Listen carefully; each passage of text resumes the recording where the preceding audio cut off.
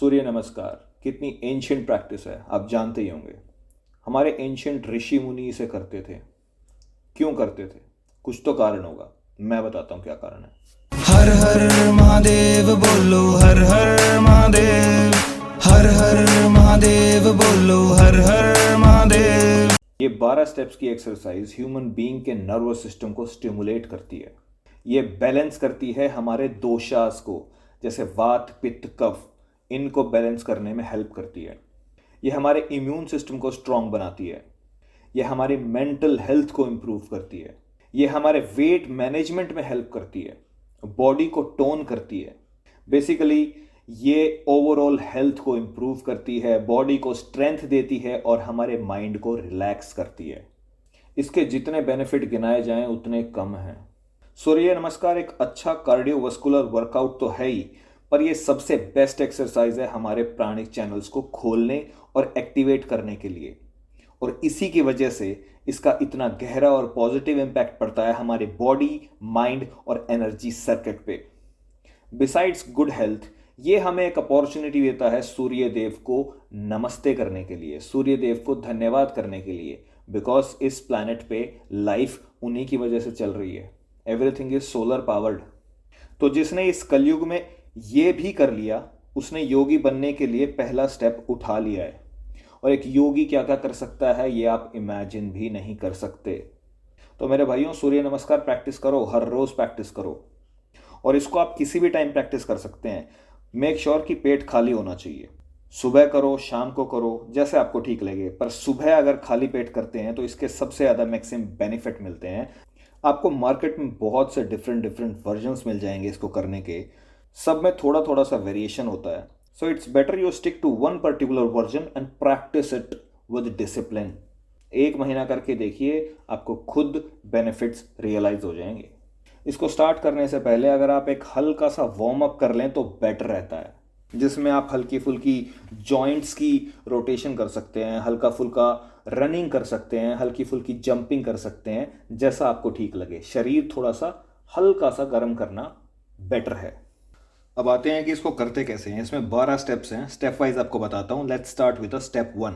ये करने से पहले एक चीज ध्यान रखिए, सांसों का बहुत इंपॉर्टेंट रोल है इसके अंदर। तो आपको जो कुछ भी करना है योग में, उसमें हर चीज को ब्रीदिंग के साथ करना है। योगा को अगर आप ब्रीदिंग के साथ करेंगे तो ही उसका प्रॉपर इंपैक्ट होगा, अदरवाइज वो रिजल्ट्स नहीं दिखाएगा। तो ब्रीदिंग पे बहुत ज्यादा ध्यान रखना है। Now will start with step 1। Step 1 is pranayama asana. इसमें आप मैट के एक एज पे दोनों पैरों को जोड़कर खड़े हो जाएं। ब्रीद इन करते हुए दोनों हाथों को साइड से उठाएं और ब्रीद आउट करते हुए दोनों हाथों को चेस्ट के सामने प्रेयर पोज में ले आए, प्रणाम पोज में ले आए। ये आपके नर्वस सिस्टम को रिलैक्स करता है। अब आते हैं नेक्स्ट स्टेप पे, हस्त उत्थान आसना। ब्रीद इन करते हुए दोनों हाथों को सर के ऊपर से पीछे ले जाएं। मेक श्योर कि आपके बाइसेप्स आपके दोनों कानों को टच करें और इस पोज में आपको फुल स्ट्रेच करना है, अपने पैरों से लेके अपने हाथों की उंगलियों तक को। ये आपके एब्डोमिनल मसल को टोन करता है और फुल बॉडी को एक्सपैंड करता है। अब सेकंड स्टेप में हमने ब्रीद इन करके गए थे, थर्ड स्टेप के अंदर ब्रीद आउट करते हुए स्टार्ट करेंगे। इसका नाम है हस्तपाद आसना। ब्रीद आउट करते हुए आगे की तरफ बेंड करना है, स्पाइन इरेक्ट रखते हुए दोनों हाथों को पैरों के पास ले आए, अपने सिर को घुटनों से टच करने की कोशिश करें। मेक श्योर आपके घुटने बेंड ना हो, पर इनिशियल स्टेजेस में अगर आप ये प्रॉपरली स्ट्रेच ढंग से नहीं कर सकते हैं तो आप हल्का सा अपने घुटनों को बेंड कर सकते हैं। विद प्रैक्टिस ये घुटने बेंड होने बंद हो जाएंगे। इसका फायदा ये है कि आपकी स्पाइन को, हैमस्ट्रिंग्स को, लेग्स को, शोल्डर को, आर्म्स को स्ट्रॉन्ग बनाता है, फ्लेक्सिबल बनाता है। अब आते हैं स्टेप नंबर 4 पर, जिसका नाम है अश्व संचालन आसना। ब्रीद इन करते हुए राइट लेग को जितना पीछे ले जा सकें उतना पीछे ले जाएं। लेफ्ट लेग को बेंड करते हुए अपने हाथों के बीच में रखें और ऊपर आसमान की तरफ देखने की कोशिश करें। फुल बॉडी स्ट्रेच करना है इसके अंदर भी। अब इसमें जो राइट लेग का नी है उसको आप जमीन से टच भी कर सकते हैं, पर जैसे जैसे आप प्रैक्टिस करेंगे मेक श्योर कि एक स्ट्रेट लाइन में आ जाए और इसको आप बेंड ना करें। यह आसन करने से जिसको इनडाइजेशन या कॉन्स्टिपेशन की प्रॉब्लम है वो सॉल्व हो जाएगी। अब नेक्स्ट है 5th पर्वत आसना, माउंटेन पोज। एक्सेल करते हुए लेफ्ट लेग को राइट लेग के पास ले आएं, दोनों पैरों की एड़ियों को जमीन से टच करें, अपने हिप्स को ऊपर की तरफ लिफ्ट करें और अपने नेवल को देखने की कोशिश करें और फुल स्ट्रेच करें। बेसिकली उल्टा वी बनाना है पर्वत की तरह।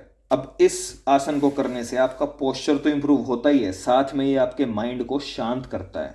कोशिश करिए कि जितना लंबा आपका सांस हो उतनी लंबी देर तक आप उस पोस्चर में रहें, उस पोस्चर को मेंटेन करें।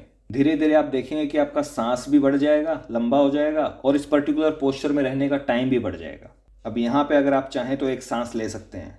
नेक्स्ट आएगा अष्टांग नमस्कार आसना। एक्सेल करते हुए इसमें आप अपने घुटनों को, चेस्ट को और चिन को जमीन से टच करें। सिर्फ टच करना है, पूरा लोड नहीं डालना है। पूरा लोड पंजों पे और हाथों पे रखना है और अपने हिप्स को ऊपर की तरफ रखें।